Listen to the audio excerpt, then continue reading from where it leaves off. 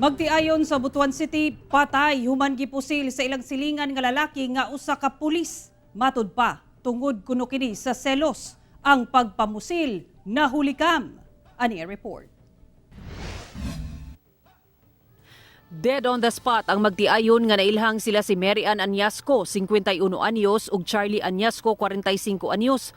Human gipusil sa silingan nila nga usa ka lalaking pulis dihang miabot ang magtiayon sa ilang balay sa Purok 6 Barangay Villa Cananga sa Butuan City niadtong Lunes.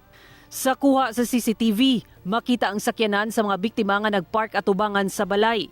Migawas ang misis gikan sa front seat dayon miagi sa likod sa sakyanan ug migawas sab ang usa ka laing babae sa passenger seat. Taod-taod.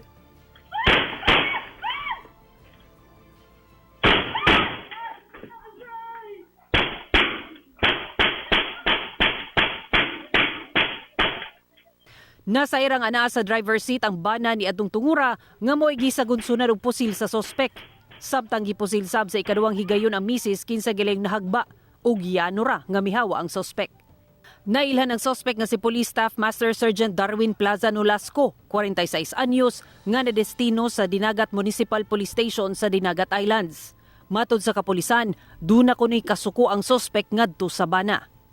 Allegedly, jealousy po yung motive po ng incident, but as of this time po, pinapaigting pa po yung investigasyon, no? Kung ano ba talaga yung pulot-dulo ng pangyayari. Gileng nasikop ang sospek og nakuha lakip ang issued firearm niini nga 9mm Pietro Beretta nga gituang gigamit sa krimen. Gikasuhan na sabang sospek og murder. Nagpadayon ang investigasyon sa kapulisan sa insidente.